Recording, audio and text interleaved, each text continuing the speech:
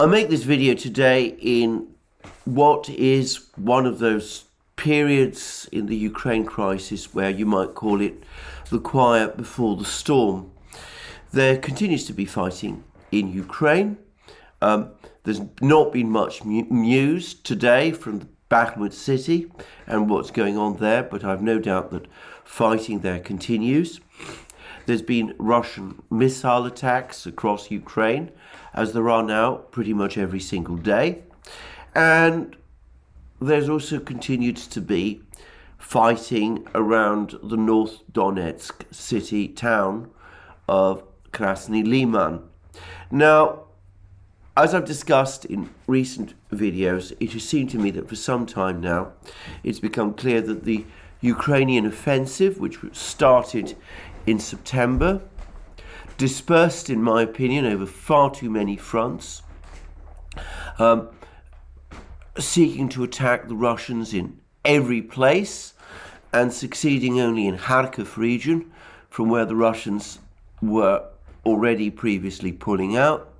That Kharkiv, or rather that Ukrainian offensive, has now essentially reduced to a constant attempt to try to capture Krasny Liman. Now, you can see that behind the original objective to capture Krasny Liman, there was possibly a larger plan to advance into Lugansk region, from where Ukraine was expelled back in June, to try to recapture territory in Lugansk. There were even some people who said that Ukraine might have plans to try to recapture Severodonetsk and Lysychansk. Well, to be straightforward about it, I've never thought any of those plans realistic. They all seem to me to be of a sort that were bound to provoke a very strong Russian reaction if they were ever implemented. But anyway, with every single passing day and week that the Ukrainians failed to achieve this breakthrough in trying to capture Krasny Liman, that plan becomes increasingly unlikely or difficult to implement. Quite apart from the fact that the Russians have been, from what I understand it, quietly reinforcing this area of northern Lugansk and have been creating layered defenses there, making a Ukrainian offensive increasingly difficult. The climatic conditions that everybody is talking about are shrinking the envelope for this sort of operation. If it is indeed the case, as everybody is saying, that sometime in the early or middle part of October, the autumn rains will come in and will make these kind of advances, these kind of movements by Ukrainian mechanized forces, equipped now largely with Western equipment, unsuited to this kind of terrain. Well, if that is indeed the case, then realistically, there's not enough time to launch an offensive to recapture Lugansk, any part of Lugansk region, with any real prospect of success. Almost before such an offensive began, even if Krasny Liman were to fall today, which conceivably might do, or tomorrow, long before that offensive got properly underway, it seems to me that it would rapidly become bogged down and would become the target of relentless Russian artillery, missile and air attacks, and would run through the whole same set of problems as Ukraine has faced in its various attempts to try to break through towards the town of Kherson in western Ukraine. So, why then do the Ukrainians persist with this offensive towards this attempt to capture Krasny Liman, which, so far as I can see, has lost its strategic significance? It's not going to, as I said, form a launch point for a Ukrainian attack on Lugansk, not anytime soon. If the situation on the battlefronts were to remain unchanged between now and the spring, well, perhaps at that point, assuming the Ukrainians were still in control of Krasny Liman, well, perhaps you could wait and all those weeks and months and then launch an offensive then. But realistically, the Russians are not going to let that happen. So why persist with these attacks on Krasny Liman? It seems to me that Krasny Liman has now become an end in itself. It's become necessary for Ukraine psychologically to capture Krasny Liman in order to be able to say that it is regaining ground in Donetsk region, even whilst in reality in all the other places of Donetsk region it is losing it. It's now in effect become a totem, a symbolic victory to achieve which hundreds of Ukrainian lives are probably being lost. Now, we've seen this happen in other places. About a week ago, there was a lot of excitement in the media in the West and in Ukraine because a village called Belogorovka had been briefly occupied by Ukrainian troops. Now, this is a small village on the border between Kharkov region and Lugansk region. Before the war, it was inhabited by some 800 people. So we're talking about a tiny place. And as I understand it, it is completely deserted. It's been fought over many times. Sometimes the Russians control it, sometimes the Ukrainians. Since the Kharkov offensive, Ukraine has announced its capture twice. I understand that it's actually now deserted of troops. There are no Ukrainian troops there. There are no Russian troops there. It is now in what is called the grey zone. It is essentially a ruin, impossible for either side to control with any degree of effectiveness. So why this interest in Belogorovka? Well, it was because the Ukrainians were able to say that since they control Belogorovka, which is technically in Lugansk region, it is no longer the case that the Russians control the entirety of Lugansk region. And articles to that effect appeared in the Western media, and in fact they were almost headline articles in the Western media. And it seems to me in a much larger and more significant way, Krasny Liman is a significant town. It was a town of about 15 to 20,000 people before the war. More likely 15 than 20,000 actually. But anyway, it was a fair-sized place. It, again, just as with Belogorovka, the Ukrainians are trying to capture it in order to try to show that they're on the advance instead of being again on the retreat. Now, I have to say I can understand the psychology, but I can't help but deplore the tactics. It seems to me that throwing men and machines constantly to try to regain territory is a mistake. I also have to say that throwing away men and machines in the way that Ukraine does to try to hold on to territory is also a mistake. The fact that thousands of Ukrainian troops saw their lives thrown away to try to defend places like Mariupol, Severodonetsk, Lysychansk, to hold to every millimeter of ground, that the same thing is happening now in Bakhmut city. It seems to me that this is an extraordinary waste of life.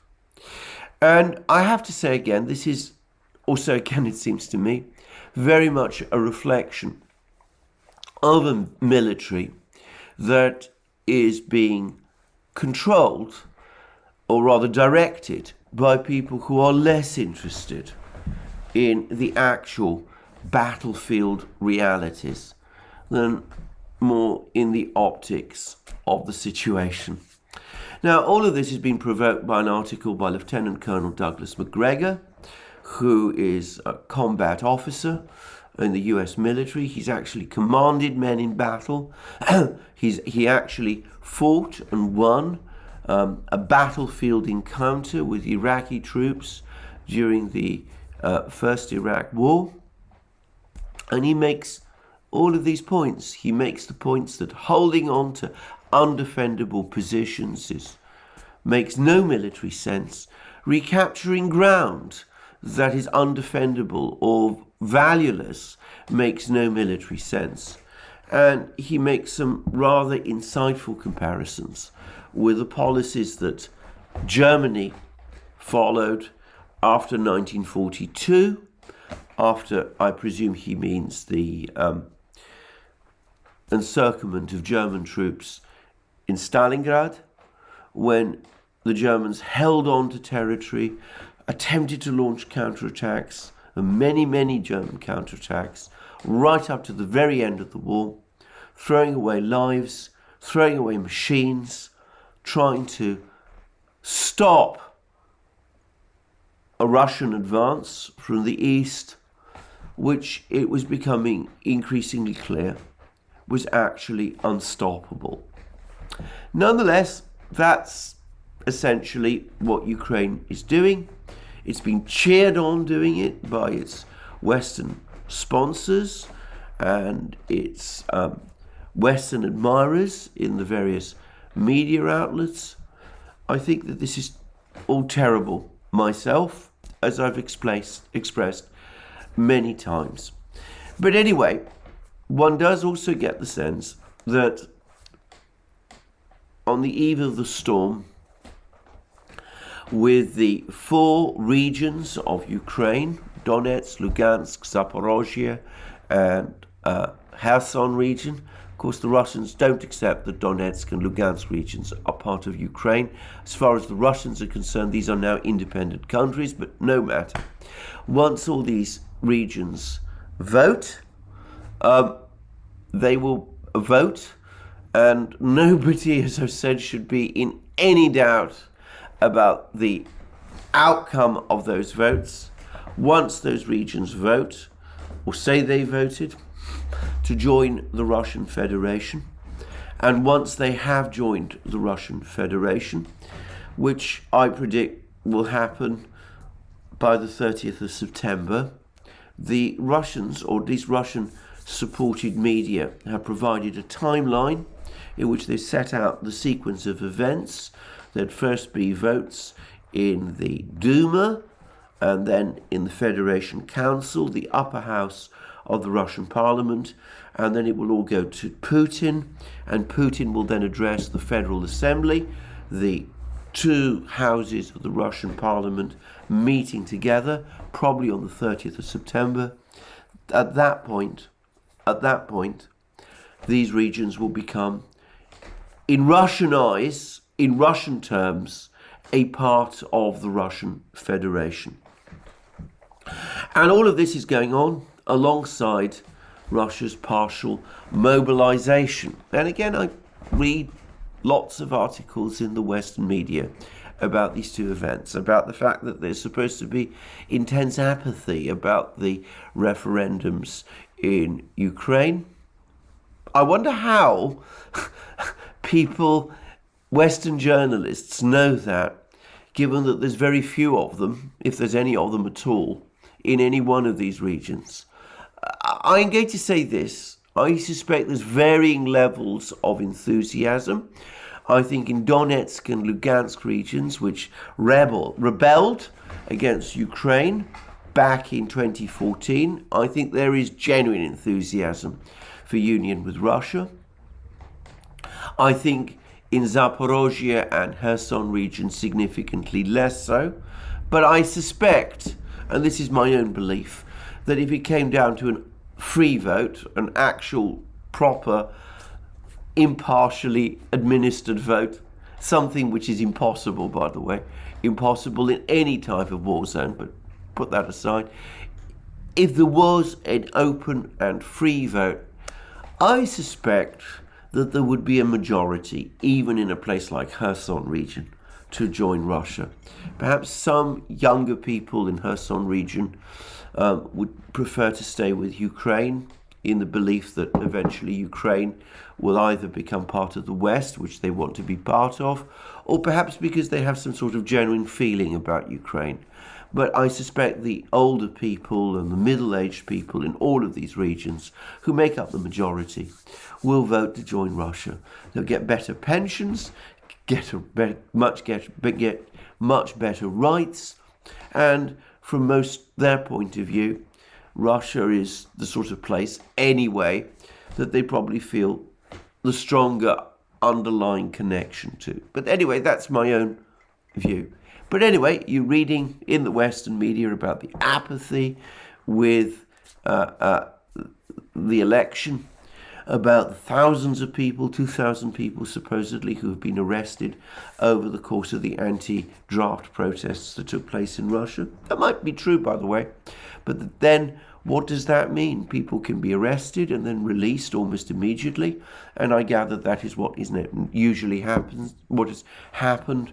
The key point is not how many people were arrested, it is how many people protested. And by any assessment, any objective assessment, the number was very small. Probably no more than a couple of thousand across the entirety of Russia. And then, of course, there's also been lots of claims about how disorganized, chaotic the call-up has been. So, as was elegantly said by Tom Longo in a recent article, which you can find on Zero Hedge, you have lots of reports about the 1,000 or so people who tried to evade the draft in Russia, and no pictures of the long lines of reservists calmly and in a disciplined way coming to the various draft stations as they prepare to be drafted. It's not to deny that there haven't been problems with the draft. With every large organization of this kind, there are enormous, inevitable problems, hitches, things go wrong, too many people get the draft papers, the wrong people get the draft papers, some people who ought to be drafted are overlooked, all that kind of thing. But overall, it seems to me that this has been a fairly efficiently run affair. Now, there has been some criticism within Russia of the way in which the draft has been conducted. The Defense Ministry has shown some sensitivity to this, and the general, a man called Bulgakov, who was supposed to be in overall charge of the call-up, has been transferred to another post and replaced by another general, General Mizintsev, who is very well known to most Russians because pretty much every day he comes on the media and gives accounts about the humanitarian problems in Ukraine and the various bad things that have been happening in Ukraine. And he's been the general who's been mainly talking about biolabs. Now, I suspect that General Bulgakov, who doesn't seem to have been sacked but reassigned to some other position, was transferred partly in order to shuttle the blame for any problems upon him, but also because General Mizintsev, who is far better known, is now the visible face of this call-up.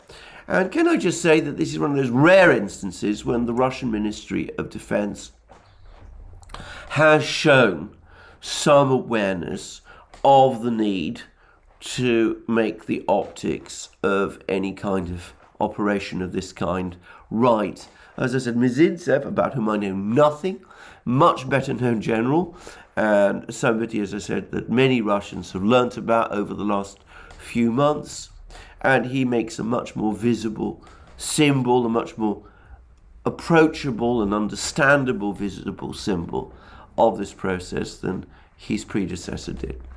But anyway, the key point is that these two events taken together the inevitable admission of these four regions into Russia and the enormous Russian build-up that we are now seeing is something that is going to change, inevitably, the course of the war, in the sense that we're not just going to have, from this time, this kind of slow-motion offensive that the Russians have been engaging in Donbass, and the Russians parrying Ukrainian attacks on various parts of their front line. You're going to have a situation, for the first time, where it's quite possible that the totality of Russian troops in Ukraine will outnumber the Ukrainian troops, and where the Russians are no longer engaged in a special military operation designed to help Donetsk and Lugansk people's republics defend themselves from Ukrainian attack.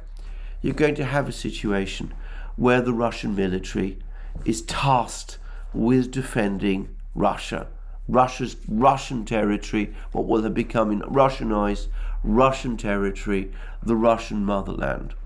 And none of us can say how that is going to shape out, but I, for one, would be astonished if it didn't mean fundamental and radical changes on the ground. And I think this is well understood, and it probably explains a shift in mood. Now, Josep Borrell, the EU's incredibly incompetent, and I have to say, astonishingly Russophobic, or at least judging by his language over the course of this operation, High Representative for Foreign Policy, has suddenly moderated his words. He says that he's now talking about the need for a diplomatic solution agreeable to both sides. Just a week or so ago, he was talking about the need to defeat Russia in Ukraine. Now he's talking about the need for a diplomatic solution agreeable to both sides. And there's now also rumours, which obviously are only rumours, can't be confirmed, that Saudi Arabia has been engaging in some kind of mediation exercise, perhaps alongside Turkey, to try to find some means to bring a diplomatic settlement of this war to fruition. And there was a leak from a Ukrainian channel which said that the Saudis have basically suggested that a possible way to end the war would be for the Russians to retain control of all the regions, the four regions that are now voting to join Russia, and for there to be some kind of a ceasefire beyond that. And I'm not sure where that leaves Ukraine's NATO and EU aspirations, but at any rate, it would mark an effective cession by Ukraine of what would be around a fifth of its territory and of its biggest industrial region.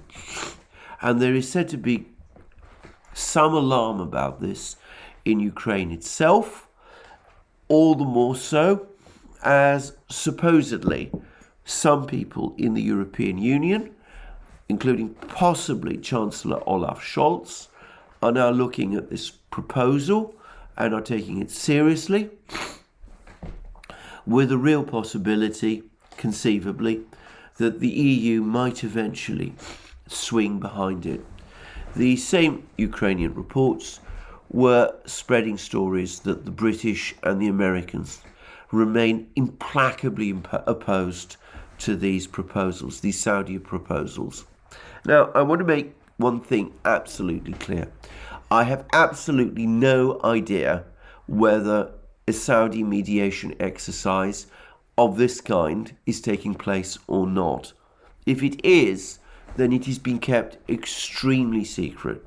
And I am far from certain, even if it is taking place, that it is going to succeed. I should say straight away that if people in Ukraine are going to be absolutely shocked by this proposal, if it's ever crystallized into an agreement, I have to say I cannot imagine that Zelensky's position as president would survive the reaction. There are many people in Russia who won't be happy about this either. In Ukraine, there are going to be lots of people inevitably who are going to ask themselves, well, what was the war all about then? We had better terms on the 29th of March. We were only going to give up we were only being asked to give up Crimea and Donbass. Now, the vast bulk of the losses we've suffered, 110,000 in total, according to Russian Defense Minister Shoigu, and this is probably a true number, the vast bulk of the losses we've suffered since we pulled back on those concessions, that agreement that we made on the 29th of March to basically give up Crimea and Donbass. And after all that expenditure of blood and machines, after the devastation of our civilian infrastructure, after the collapse of our economy, we are being asked to agree to give up even more than that, to give up Kherson region, to give up Zaporozhye region, to agree to a situation where the Russians remain, apparently, close to Nikolaev, within hitting distance of Odessa. There will be furious people in Ukraine if this proposal is actually implemented. And a lot of people in Russia won't be happy either, because though Putin might still say, as he invariably does, by the way, that the special military operation is primarily about Donbass, it's nonetheless the case that many Russians will feel that there are large Russian-speaking regions of Ukraine, Odessa, Kharkiv, and all the rest, that are still being left under the control of a country, Ukraine, which is mistreating Russians. And they will feel deeply disappointed and very angry that a proposal has been made that doesn't fulfill the entirety of their aspirations. So I'm not sure that this agreement will be agreed. I suspect that Putin and his government would probably sign off on an agreement of this kind, but I doubt very much that Ukraine will do so easily. I suspect there will be a lot of pressure, opposition within the EU itself, and we hear that the British and the Americans are implacably opposed. Nonetheless, if it is the case that there is this Saudi proposal floating around, that the Saudis are indeed engaged in some kind of mediation mission, I would say that is a welcome development. Now, can I just say, there is one thing that does make me think that something may be going on with the Saudis, or at least I should say two things. Firstly, the Saudis did broker the release of all of those British prisoners that were captured in the fighting in Ukraine and who have been returned to Britain. But, so, I mean, they are already clearly involved behind the scenes in some way. And it's likely, as Garland Nixon said in that brilliant live stream that we had with him a few days ago, it's quite likely that that agreement to get those people released is part of some larger agreement, some larger discussion that is going on between the Russians and the Saudis, and has been going on between the Russians and the Saudis probably for some time. So that fact already points to some kind of activity by the Saudis behind the scenes. But there's something else, and that is something that's going on or has been going on in New York. I've noticed that Sergei Lavrov, who is the Russian foreign minister, is spending a very large amount of time whilst there meeting with various Arab diplomats. And in fact, he's just had a meeting with the Gulf Cooperation Council, the foreign ministers of the Gulf Cooperation Council. That is the regional grouping made up of Saudi Arabia and the Gulf states. And it's interesting, of course, that these people are meeting with him and are doing so in such a friendly way. I mean, it again highlights the fundamental truth that Western attempts to isolate Russia are proving completely unsuccessful. But I do wonder why this interest on the part of the Russians in the Arab states, the Gulf states. And I do ask myself what exactly is going on here. Very likely, Lavrov has been given the job of trying to smooth any ruffled feathers in the Gulf and with the Saudis in light of the fact that Iran has now just joined the Shanghai Cooperation Organization. So he's probably got quite a lot of fence mending to do. But this very intense interaction with these Arab diplomats may point to something more. I would not be surprised, given the way the Russians work, if they've basically given the Saudis and the Gulf states the green light to engage in mediation, partly in the hope that perhaps that mediation might succeed. We'll come to that in a moment. But mainly in the knowledge that it probably won't. That with Britain and the United States, and of course Ukraine itself, and other countries like Poland and the Baltic states, so implacably opposed, it won't succeed. But by letting the Saudis do what they can, Russia is in effect extending to them an immense compliment. It's showing to them how valued they are in Moscow, the extent to which Russia sees Saudi Arabia as a friend, a country it can turn to, a country it can work with, and a country whose opinions it takes extremely seriously. And given this complicated dance the Russians are playing with Iran, Saudi Arabia's rival, you can see that there might be some benefit to the Russians from engaging in this kind of mediation exercise with the Saudis, even if at the back of their minds they doubt it's going to be successful, because from their point of view it secures Saudi Arabia's friendship, which is something that the Russians, for obvious reasons, want and see as important. It's diplomacy conducted at that exceptionally high level which the Russians have perfected over the last few years. Anyway, putting all that aside, why are proposals for peace, if they really exist, something to be welcomed? Why is Borrell's language, more moderate language, something to be welcomed?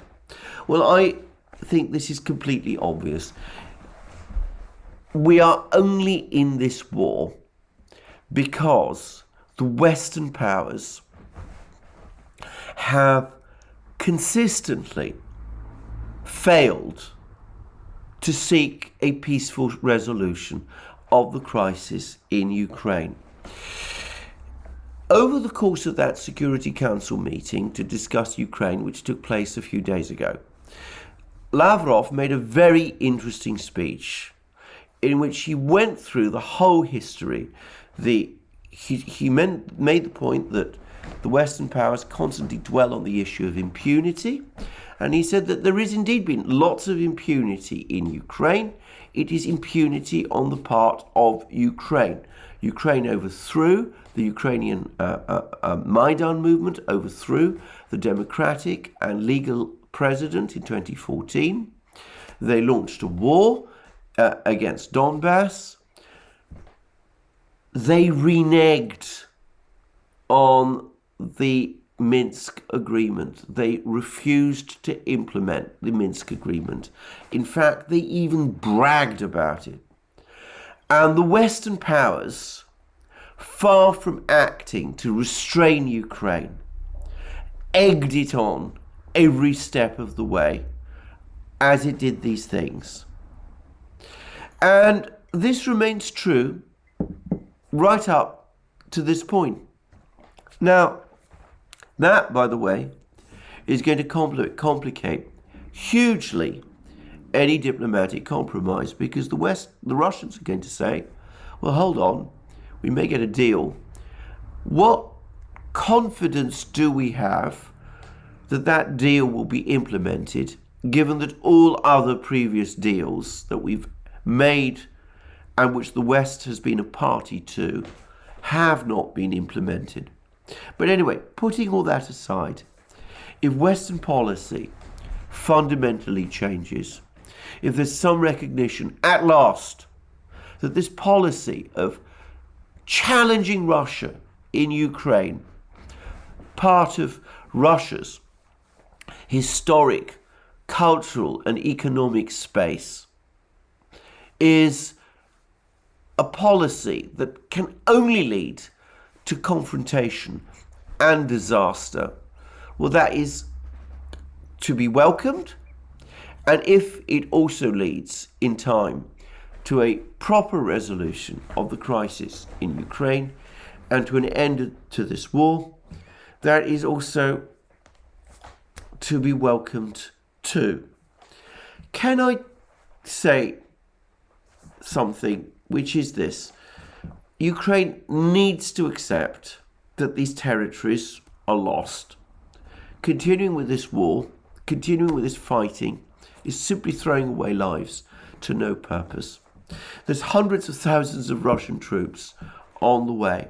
However bitter a pill for some people in Ukraine this deal, if it exists, to swallow would be, it is far better than the deal the Ukraine might find itself being presented with if the Russians clear up in Donbass, advance eastward, reach the Dnieper, opposite places like Dnipro, and perhaps take Odessa and conceivably Kharkiv too. So better make that deal now. Save those lives, retain as much territory as possible, and then perhaps reconsider the policy you've been following since 2014, which is clearly taking Ukraine to a dead end. And the same is true of the Europeans. From their point of view, it makes no sense, this constant game of trying to string the Russians along with agreements that are then not honored. Europe is facing a major economic crisis. All across Europe, production is falling. There's talk of blackouts and energy rationing with no clear end in sight. And we're starting to see the electoral effects of this starting to manifest itself. We saw it with the rise of the Swedish Democrats in the election in Sweden. We're almost certainly going to see it again today when the election results from Italy come rolling in, and we learn that Miss Meloni and her brother's party are forming the new government in Italy, something which would have been considered unthinkable 10 years ago. So this policy of confrontation, of antagonism with the Russians has produced nothing good. It's brought the Russians and the Chinese closer together. That's a major geopolitical price. It's lost Europe, probably forever, access to cheap Russian energy. Even if the crisis is resolved, the Russians will be looking to diversify their energy exports. They're not going to be focused on Europe to the same extent as they once were. It's destroyed Ukraine. It's disrupting the electoral balance, if you wish, within the European Union, something about which, by the way, I shed no tears. I'm far from being as dismayed about these electoral outcomes as some people perhaps are. Surely the time has come, even for European leaders, to try to see for themselves that this policy is not a dead end. It's a accelerated march into the abyss. So if the Saudis are indeed coming up with proposals of the kind that we're talking about, the Europeans should embrace them. If the British and the Americans are unhappy, too bad. If the Poles are unhappy and the Baltic states are unhappy, too bad. It would have been far better if there had never been this support for the Maidan coup back in 2014. If the European Union had never pushed ahead with an association agreement with Ukraine without discussing this with Russia back in 2013. It'd been far better if the 2015 Minsk agreement had been implemented. But we are where we are, and if this proposal from the Saudis exists, then it should be welcomed and embraced so that this whole war and this whole disastrous strategy should be brought quickly to an end. I said that it would be very bad for Ukraine if the next series of terms they were offered came when the Russians were camped on the Dnieper River. I also said that the terms Ukraine would receive at that point would be far worse than whatever terms are being offered via the Saudis now. I would add that if the Russians reach the Dnieper sometime in midwinter, it is highly likely that what is left of Ukraine will be in deep economic crisis. Well, it would also be a disaster for Europe, for that outcome, for that situation to arise. A situation where the European economy is in conceivably existential crisis, where factories are closing, where businesses are closing, where people are struggling with bills, where there's energy rationing, where food inflation is exploding, and where there is increasing dissonance between European governments with the emergence of a Meloni government in Italy. With all of these things happening all at the same time, and with no end in sight, how much worse would it be with all of that if the Russians are on the Dnieper and the terms Europe was being offered and Ukraine was being offered was much harsher than the terms that the Saudis are proposing now. Well, we'll see what the Europeans do. We'll find out, no doubt, whether or not there is a Saudi plan. I think there might be, though, as I said, I don't give it much prospect, but I think there might be. And we'll see what Mr. Borrell means when he now talks about a diplomatic settlement agreeable to both sides. Well, on that note, I'm going to end this program. I should make it clear, I don't actually expect a diplomatic settlement. I think the Ukrainian hardliners will block it. I think the Americans and the British will block it. And I think, more likely than not, we will see the Russians on the Dnieper before very long. But there we go. I've made my feelings known, my opinions known. We'll see what people do. Before I finish, let me remind you that you can follow us on other platforms, Locals, Rumble, Odyssey, BitChute, and Telegram. Let me remind you also that I do live streams every Wednesday at 1900 hours Eastern Standard Time. I wasn't able to do one last week because of my cold. I hope it will be better this week and that I'll be able to do it. I might have to adjust the times slightly. There'll be notices on Locals letting everybody know one way or the other. But we'll see. And in the meantime, you can also, if you want to support our work, do so via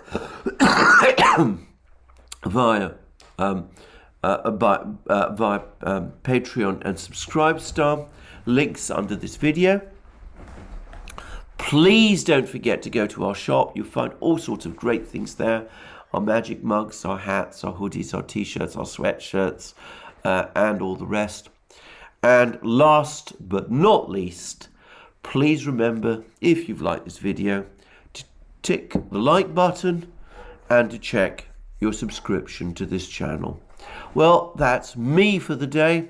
Have a very good day. More from me soon.